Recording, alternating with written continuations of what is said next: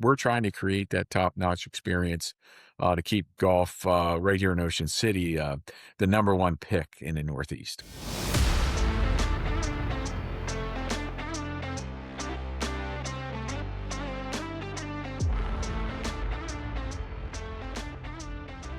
Ladies and gentlemen, welcome to another episode of the Whole Story Podcast. Robbie and Jonathan here. Jonathan, what's happening? You're rocking your thwack shirt, man, from our buddies at the Proper Golf Society. I am. I was looking for a polo this morning, and the white caught my eye, and then the little flag. It's a fairway and green. Yeah, nice fairway and green shirt. I love the fit. It's got a little one button to it, so this will be my outfit for the day. It's hot outside. I've got the Bedrati going cotton today. Yeah, it's a little warm outside and inside my garage. I got to figure out air conditioning at some point in here, but yeah, it's space heater's not between your legs today. The space heater's still sitting there. It's just not on. Thank goodness. The rest of the room feels like a space heater a bit, but yeah, we got to if you're watching this one, you should go back and check out our Proper Golf Society show that we just released on Monday of the 4th of July. So those guys are great. We get to hang out with them again. Maybe we could convince them to put together a golf trip to Ocean City, Maryland. That's who we're talking to today. Tom, you had the opportunity to go up there. Every time we talk to someone new, there's another place we need to go visit, I feel like. Oh, yeah. Absolutely. No, Tom's in Ocean City, Maryland. I'm rocking the koozie here with a sweet logo. I did. I opened up my curtains at the hotel I was staying at, and I look out and I see this blue tower. I'm like, that is a cool logo. Just the way they put it all together. But no, Ocean City, Maryland, worth the drive, the flight, wherever you are. It's a great spot for golf, food. You can take your family and have a lot of fun. And yeah, we need to plan another buddies trip or something and get back up there. Yeah. Again, Robbie gets to go to all the fun places. I don't remember why I had to miss that one. It was probably another medical thing, but someday we'll be playing golf up there. I love ocean golf because once you're done, you can at least go hang out in the ocean. That's true. Yeah, you would need to bring some golf balls. I did lose a couple on that trip. The wind was blowing on some of the courses more than others, it felt like. But yeah, just incredible golf, incredible history, and again, great food, great people there. So, yeah, y'all will enjoy this chat with Tom from Ocean City, Maryland. But as Jonathan mentioned, he's rocking that fairway and green. I've got the Bedrati on. These are from our friends at Summit Golf Brands, and you can get stuff like this from any of their websites, including the Zero Restriction site if you're going to play out in the rain or want some nice pullover hoodie or something like that.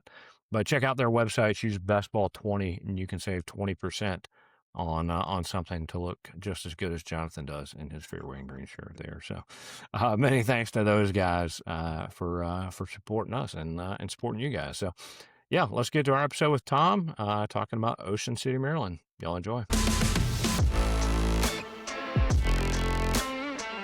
All right, well, joining us on the show today, Mr. Tom Perlozzo. Tom, how are you doing today, sir? I'm doing great, and thank you. Glad to be here. Yeah, no, we're glad to have you here. So you are the Director of Tourism and Business Development there in Ocean City, Maryland. And you and I met, I guess, maybe a month or so ago now when our friend Megan Godfrey had a group up there to check out the golf scene and some food and stuff like that. But I'll talk about or we want to ask more about your role there with Ocean City, but kind of like we do with all our guests, like we want to hear kind of the stories of how you got to where you are and if golf was a part of that. So where'd you grow up? How'd you end up in Ocean City? Yeah, it's kind of a crazy thing, but I grew up in Cumberland, Maryland. And, not a very wealthy family, always wanted to aspire to even go on a vacation to Ocean City. But I ended up going to West Virginia University, played college football there, and then, got a job in West Virginia, was right out of college. And, I'm like, I still want to go to Ocean City. I still want to go to Ocean City. And, lo and behold, the director of recreation parks opened up, and that's what I was doing, and interviewed for the job. Came here in 1986, served in that position for like 13 or 14 years.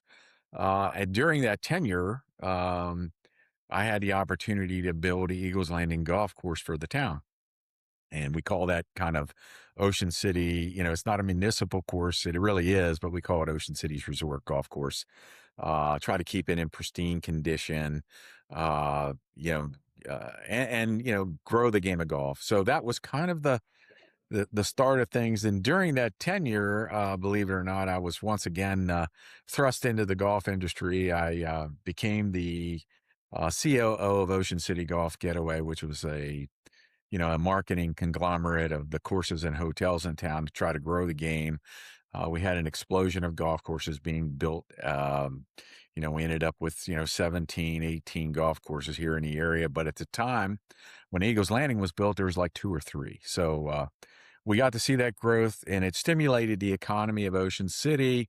And during that tenure, to stay in the golf, not to tell you how old I am, but I was recruited by Golf Magazine to be the Mid-Atlantic, Florida, and the Caribbean manager for Golf Magazine, which is actually an ad sales kind of rater kind of thing, even though it was an official rater, but I did check out the courses. And I did that for like 13 or 14 years, got recruited to come back here to Ocean City. Couldn't be happier. And so now I'm the director of tourism. And I'm also doubling as the executive director for Golf Getaway because we're marrying. That is a really strong component for Ocean City in what we consider the shoulder months. In the summer, we're kind of an amenity golf, and in the spring and the fall, we're a destination. So it's been quite a journey. I've enjoyed it, and that's how I got here in golf. I'm an avid golfer. Wasn't always. I can tell you that I could hit it all over the ballpark, but Yeah. today, I'm sporting a nice handicap, and I'm enjoying myself. Well, I did do the math. If I'm adding up, you're 32, 33? Is that right? Yeah, At that's 13 years and 15, you were a child prodigy I when was a it child came prodigy. to Yeah, it. you did the math. Yeah, that's actually correct. I've been around, and again, when look, I've been around golf. I fell in love with it when I built Eagles Landing, and then having the opportunity to manage the East Coast for Golf Magazine and Sports Illustrated. So I got to play. Pinehurst was a client, Stream Song was a client.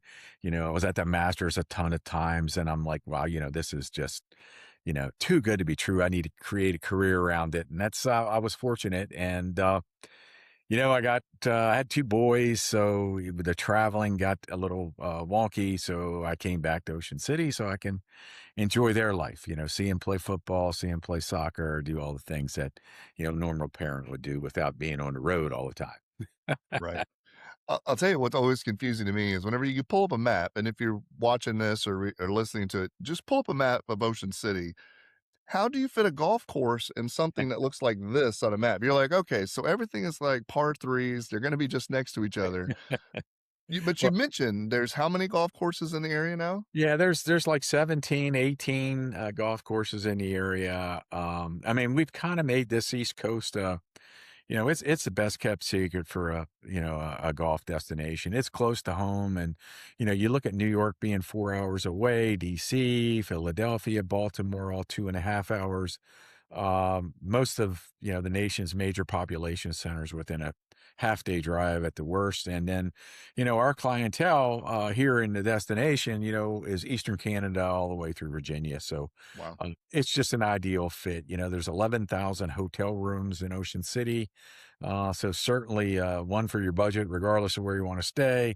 Lots of top-notch restaurants, short-term rentals, all the amenities within a short drive away. And again, as you mentioned, none of those courses are on the island, but they all were within 15 minutes of Ocean City or less.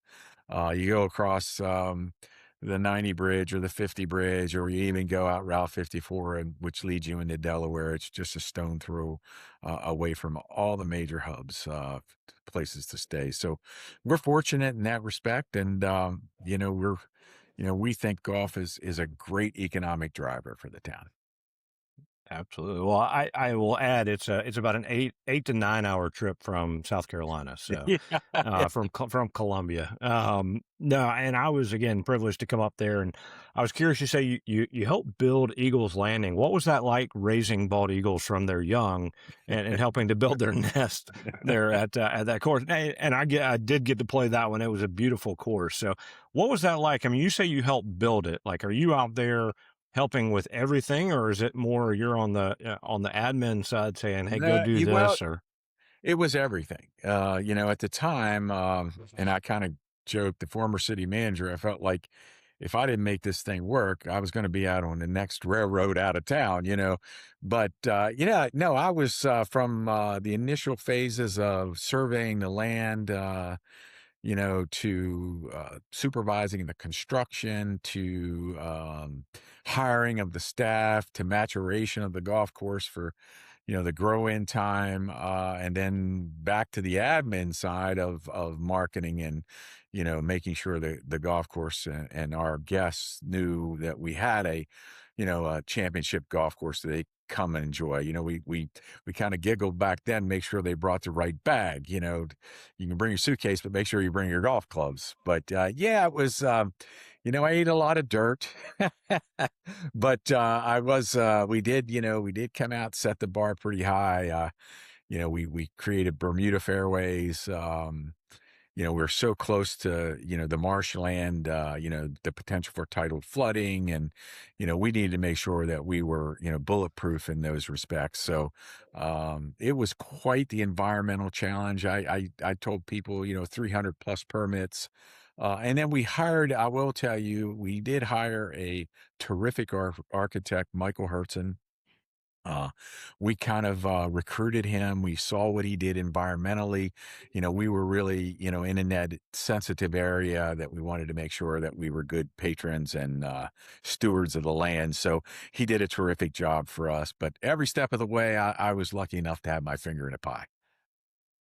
very nice. What does that look like for new courses? Or obviously, golf courses change hands and ownership. So, what does your relationship look like when that happens? Just trying to get a feel of what they're going to try to accomplish in the area, how you can help grow their revenue and bring people, make them aware that they exist, or help them grow. Well, I think the marriage between Ocean City Tourism and the destination marketing organization, Ocean City Golf Getaway, is extremely important. So I used to, when I was selling the golf course to our city leaders, I kind of drew this circle on the board. I said, look, if a vacationer comes to Ocean City, they're going to find out that we're a golf destination. I mean, when you have 8 million visitors, Right. we need to communicate with them. But if you came on a golf destination or a golf trip, we want to tell you it's a summer vacation spot, bring your family back kind of thing. So that cycle early on was really, really driven home. And, as new courses, new ownership, again, we want everyone to be successful. I think that, for everything from price point to architect, the touch and feel of scorecards, the pencils, we try to make a suggestion, but again, it's up to that individual owner who eventually makes the decision on, the direction they want to go, what niche they're looking to provide. But if you want to make it here, obviously you got to have a year round, golf, clientele. We're lucky enough here that, in the wintertime, it might snow a couple of days, but when you're here in February and you're looking out on the golf course, you see guys in shorts there. We all know they're from Canada. I was going to say they're Canadian, 100%. But 40 degrees, seaside breeze, that's kind of average in the coldest months. Although this year was, quite the experience for Ocean City. Really cold for a good, 3 week to a month spell, which, it's required to do some improvements to the courses. So we're lucky. I know Eagles Landing is going to redo 6 holes. Lighthouse Sound's going to do 6 holes. Again, we're trying to create that top notch experience to keep golf right here in Ocean City the number one pick in the Northeast to come and play. architecturally speaking, what kind of, because I didn't get to experience it in person. What is the feel of the golf course? Is there, because you got some flat spaces, right? It's not Yeah. like you're in the mountains of West Virginia. So do you have link style? Are they, if I, I come in as a 15 handicap, am I going to be frustrated because I shoot a 135, or is this Bring going to a be, couple extra golf balls with you, Jonathan. Yeah, you're gonna need some golf balls oh, for is there sure. water?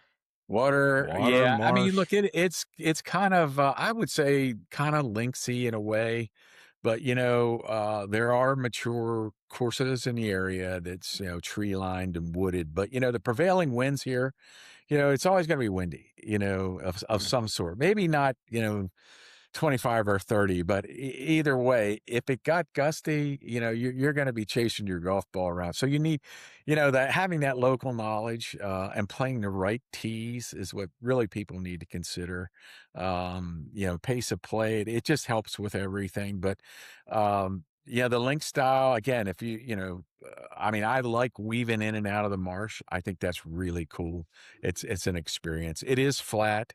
Most of the courses are flat, but there is some elevation here and there as far as, I can think of the 18th green at Lighthouse Sound that's sitting way up in the air and it overlooks the skyline of Ocean City, but it requires a different shot. So, and it goes down in a bowl. There's a lot of those kinds of things out there, but it's challenging.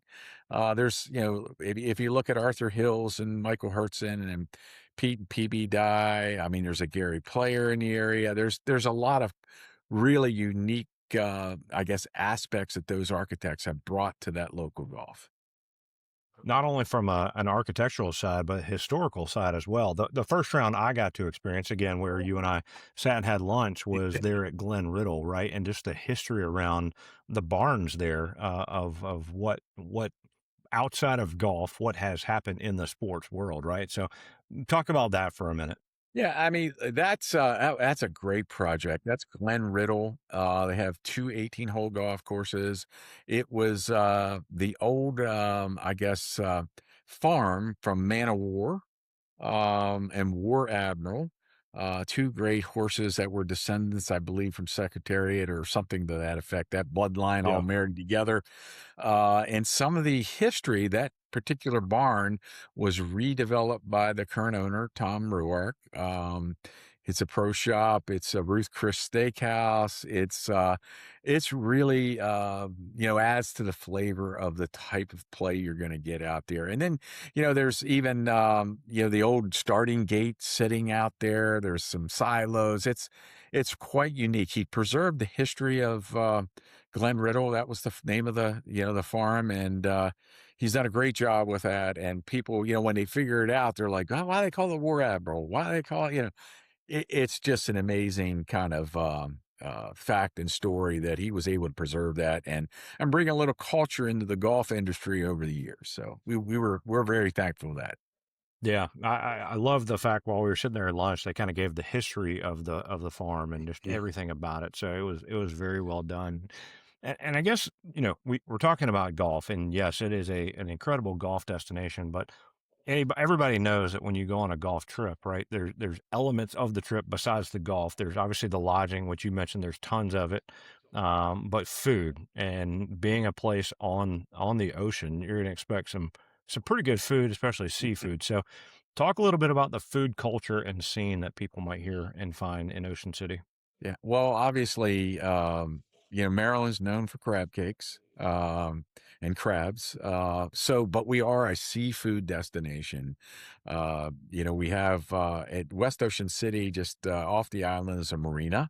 And again, fresh seafood's brought in pretty much daily from, these boats that go out, get tuna, swordfish, rockfish, you name it. And then we were fortunate enough that Ocean City has, being that tourist destination, has attracted some of the nation's top chefs. And they can cook everything under the sun, from a seafood perspective. And again, people like Peter Elias that has Spain, oyster and scales and Beatty. These folks are all around town. I'm going to say there's 300 restaurants. I bet 75% of them serve some sort of seafood dish, from scallops to, shrimp to crab cakes to, the swordfish and the things that I've mentioned to you that are caught, just right off the coast here. So we get that. It's really good. I wouldn't trade it for anything. And again, the weird thing about Ocean City is it's located on the eastern shore of Maryland, which is kind of the poultry capital of the world. So if you're talking mountain air and Purdue, so we kind of giggle and say the Eastern Shore treat, and we'd say it would be a piece of ham, some chicken, and a crab cake. But we have some great food, great restaurants, great entrepreneurs that come in here and just show off their talent, and you're not going to be disappointed. Do you have a favorite hidden hole dish? Uh, you know, um, that is really tough because, being Italian makes it really, I miss the Italian food, but I love, there's this thing called lobster thermidor, love it. But I do like cracking crabs out on my back deck. I'm not a beer drinker, but my son, he'll be pounding some beers and cracking crabs and we'll be yucking it up. It's really, the experience. The Old Bay on there, it's awesome. Yeah. Sounds like a good way to finish a day. Yeah, it is. It is. Sit out and, again, the weather, weather, I'm sure it's like that down where you're at, but for us, we get that it could be 95 degrees. However, if we have that ocean breeze coming off the ocean, it'll only feel like 80. We get that all the time, and it's just a pleasure to be outside, even though I'm not, I don't like it 95, but I can handle that ocean breeze. Remind me, maybe it was at Harborside or something. What was and I did not have one. What was the signature kind of drink or the Yeah. drink everything? Orange something? Yeah, believe it or not, the state of Maryland made the Orange Crush its official drink, and that originated at the Harborside in West Ocean City. That's the harbor Right. where all the fresh seafood comes in.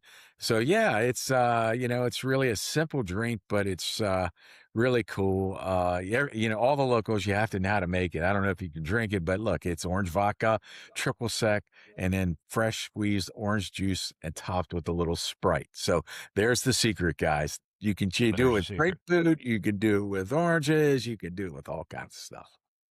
That Yeah, sounds like too Very nice. close of a breakfast drink. That'll get you in yeah, trouble pretty quick. yeah, it'll get you though. Let me tell you that it'll get you. It's sneaky good. Yeah, sneaky Oh good. man. So, how many? I guess you're over tourism. So, how many rounds of golf, or how many people are you bringing in to play golf in Ocean City every year? Well, we played last year a little over 700,000 rounds in the area that were reported. Like, Not counting the guys that are sneaking on the course. yeah, and then Yeah. some of the courses don't even count their member rounds in that case. But in any situation, we're looking at about between 700,000 to 1 million rounds of golf. It might equate to 500,000 people. So we're again, and it's growing. Our seasons are stretching out. As Ocean City's developing, other events in the shoulder months, it's kind of marrying up with golf. And, we're seeing more tourism, more families coming. We're seeing more ladies get into the game that are enjoying maybe a concert out on the beach, going to play golf. It's really helped us, from all angles of tourism. It's again, golf has really been good, and we're really happy. Our rounds right now of, we're up double digits year over year, and it's thanks to people like you. So So, are people able, I guess, through the Ocean City Golf Getaway, are they able to book packages and work with your team to kind of put together absolutely, something? Okay, yeah, tell us absolutely. about that. We typically, I actually most of the phone calls come into our welcome center, but we typically have on a website what's called a request a quote. Um, And then we have a list of phone numbers and things that you can call direct, depending on how you want to do it. The crazy thing about Ocean City, as I mentioned, even though there's 11,000 hotel rooms, there's 20,000 short-term rentals. So people are acting as their own golf concierge. I already have a place to stay. I just want to book my golf. That's all available through oceancitygolf.com. And then when you, as an individual, if you wanted, you had a group, let's say you had 12 people, you want to play 3 days, you fill out this form, it gets distributed to all the package providers. Everyone contacts you back within 3 to 6 hours. And, you get to pick and choose where you'd like to stay, what you'd like to do, where you'd like to play, based upon the price point that you're interested in doing a few things. So, I lo again, it's been really popular. I love it. We'll definitely have links in our show notes for people to check that out. I guess one final question or just comment before we move on to a few fun questions is I made the comment to you. I opened up my curtains the first morning I'm there, and I see the water tower painted with the big smiley face with the Yeah. OC, and it looked like it's winking at me. And you mentioned that was part of a rebranding, I Mhm. guess that you helped do for Ocean City. So talk to us about that and kind of the thoughts behind it. Yeah, about 5 years ago, I was lucky enough to get the job as a director of tourism and, spending 30 plus years here in a destination, we really never had a brand identity, meaning, we've had tons of logos, we've done tons of campaigns, but we really didn't know why people were driving and coming and enjoying Ocean City. We had some idea, I should say, but nothing that could be identifiable to the consumer. So we did our due diligence, and we wanted to find a brand out there, and that smiley face popped up, which the thought process was happy, carefree, fun, which led to the tagline "Somewhere to Smile About." So we developed that like 3.5 years ago. It's taken off. It's very recognizable against our comp sets up and down the coast. And our team, our ad agency, did a terrific job with that. And yeah, you're going to start seeing that even more throughout town. If there are some all of our vehicles now. It's a slow process, but we're buying in. It's a welcome sign as you come into town. We're going to paint the rest of the water towers, so it's going to be there for a while. I love it. That's It good is pretty stuff. cool. Jonathan, I don't know if you saw it, but I did. it's awesome. Only got I one have seen koozie, it. man. I'm sorry. Well, we can send you whatever you need. Trust me. I have a bad memory, well, fun and bad memory. I used to do long distance cycling. There's a smiley face hill because at the top of the hill is a water tower with a smiley face, but it's a brutal Yeah. hill. So I have a love-hate relationship with a water tower that's got a smiley face on it. I'll tell you what though, you put me one next to an ocean, I'm probably gonna be pretty happy. Yeah, you're Uh, gonna like that. Yeah, for sure. Before we get to your personal, golf story that we always ask all of our guests, I do have to ask because 'cause I'm also a baseball fan. There's a number 2 in the back of your, if Yeah. you're watching this on YouTube. Yep. I did a quick Google. Sam Perlozzo, are you related to whoever That's wore number 2? that's my brother. Yep. Yep. Really? Yeah. Yeah. He was with the Orioles for about 14 years as a coach. Was with the Phillies, with the Mariners, with the Reds. He got 3 World Series rings. He's the Wow. luckiest man on earth. You know what I mean? That's what I tell him. I said, I mean, look, I'm trying to sell pages. You're just waving guys around third base. But yeah, we had my whole family was a baseball family. As I mentioned, I played football like an idiot, but my brother Nick played for the Padres. Father was an old time Reds guy, and brother Sam he went to George Washington, got drafted by the Twins, got to play with Rod Carew. He went to Japan and went to San Diego, and then he came back coaching with the '86 Mets and that team, Davy Johnson. So he's had a stellar career. That's quite a career. That's fantastic. I'm always fascinated by coaches. I realized at some point in my life, I played baseball through college, and I realized at some point whenever I was interested in the shoes the manager was wearing, Yeah. that I had gone past okay, I could still probably play this game. So now I'm always intrigued by the coaching staff and how they're grown men still in the game, living the dream. Yeah, Sam, it was, look, again, it was his passion. He loved teaching. I think I guess when I look at the changing point in his life is when the entire Moneyball scenario and the analytics started coming into the game, which is ironically starting to change because, you're seeing people bunt people over and, righties against lefties and lefties, I mean, the whole 9 yards. And that took the toll on the coaching staff. But he still has that passion. He still does some rehab work for some of the major league teams. So he's out there, shagging ground balls and doing what he has to do. I don't know how he does it, but But, he's doing a good job. So, but can you beat him in a round of golf?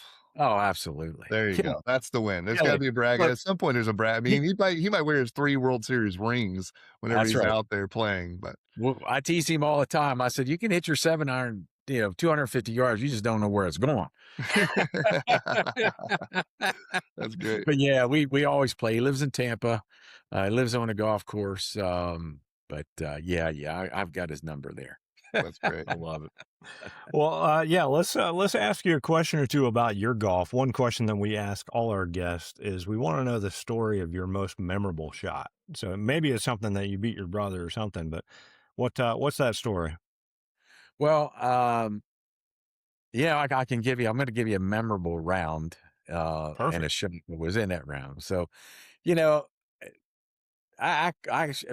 I'll say I'm a little. When I was a little younger, I could shoot par. I could pretty play par, but to shoot under 72 was always a ridiculous feat or whatever for me. Because I'd always have a foul ball here and there. So, but I was playing and I was pretty hot. I think I made like 6 birdies in a row. I ended up shooting 67 in a par 73 at my home course. Wow. And I was like, whoa. But my handicap went way down. And then, of course, I didn't even sniff a 72 after that for a number of years. But it was, my one claim to fame was putting. I could putt no matter what happens. Just get me on the green. I'm going to make the putt. And that's what happened that day. I was just killing it up with the putter and I was hitting the greens and it was, and I have that scorecard. I remember the guys with me. It's hanging on my wall. Yeah. I've had a couple of hole ones, 3 of them be exact. So even that, was fun. But the shoot, having the birdies and shooting in the 60s was, you know, awesome for me. Now I'm much older. I don't hit it as far like my son. He's like a +2 or 3, and there's a Walmart between my drive and his drive, but you know, he can't find his balls most of the time either. That is funny. That's amazing. Yeah. Well, another thing we like to do is what we call the quick 9. So just a couple rapid fire back and forth questions. I'm assuming you're gonna have a lot to choose from. We'll give you 2 options. What is the favorite course that you played anywhere? And then what's your favorite course to play there in Ocean City? Favorite course anywhere? I would have to say it was Pebble Beach. Um, Although Cypress was nice, but just that. And then in Ocean City, I'm gonna stick to my favorite Eagles Landing. I just think if you play on a certain day, you can play every club in your bag. It's a different course every day, depending on the tee. So I do thoroughly enjoy that, and there's some intrinsic value of having being part of that, watching the maturation of the course and the popularity grow that has made me really proud. So. Yeah. I love it. Yeah, it'd be pretty nice to say you're playing the course that you helped build. So, Yeah, yeah. yep. All right. What course is at the top of your bucket list? Um, well, there's a lot of private courses that are on the top of my bucket list, that's for sure. I mean, a lot of Florida courses like Seminole that I'd like to be able to play. God, I'm thinking I'm so close to Marion and Aronimink, and I do have some contacts, but I've not tried to cash those in yet. But yeah, I mean, those are at the top. Working for Golf Magazine, there was always a pin board that the top 100 courses in the US that I used to pluck the pins in, and I got 25 of them, but there's all those courses I mentioned to you, a lot of them on the West Coast that for example, I love Riviera. I got to play that 5 years in a row and I was like, this is heaven. But the bucket lists are just the ones that you just can't get on. Yeah. You Yeah. got to know a member. I've tried everything. There was a journalist that I used to work with. His name was Joe Passoff, Traveling Joe. I'd say, Joe, can you get me on, here? He goes, Tom, I'll write a letter, but I doubt it. That's never has come through. That's great. All Yeah, right. it's all good. What is a favorite course that your favorite course that no one knows about? No one knows about. Let's see here. Well, because I've been, been to Scotland and I've been to Ireland. I think everyone knows about those. But there's, uh, I loved, and I'll go back to. I think people might know this, but I loved Bighorn in California. Um, and it was like, when I'm in Palm Springs, no one mentions Bighorn for whatever reason, and I'm thinking, I'm looking, it's immaculately groomed. I'm looking at goats or whatever on the mountainside, and I'm thinking, why aren't we playing this every year? It was quite the experience. So, and I have a lot of buddies that take off to Palm Springs, but they just don't play it or they can't get on, Yep. that one of those things. So, Sure. All right. Who would be in your dream foursome? I would like to play with Tiger, Jack Nicklaus, which I've got to hit some balls with Jack Nicklaus before, and Lee Trevino, I think, for me. That'd be Lee fun. Trevino. That'd be a Yeah, good Lee one. Trevino. Look, these guys that hit it way long. I could have said Scheffler, McElroy. Yeah, I would be embarrassed. These guys, Tiger would probably embarrass me, but look, I thought he was, just a stellar golfer. And he grew the game of golf single handedly over the years, and it's unfortunate he's not in the game. He's made a lot of mistakes, but I would still love to play around with him. Yeah, it'd be a good time. Yeah. All right. What is your favorite snack at the turn? Well, depends on what time of year that was. Used to be a hot dog, but now I'm looking at a protein bar. So Getting wiser as we get older. yeah, trying to take care of my body some. Yeah. Yep. All right. What is your favorite golf course logo? Favorite golf course logo. Look, I love Wingfoot. Yeah. Okay. I think that's a really good one. I've played there. I scoffed up some merch, and I hardly wear it because I don't want to I don't want it to wear out. No, classic, all-time classic logo for Yeah, sure. classic. Speaking of merch, what has been your favorite pro shop purchase? Pro shop purchase. I got you guys haven't seen this, but we did some custom golf bags for Ocean City, and it's kind of stuck with me. It's got the big smiley logo and all that. We purchased that.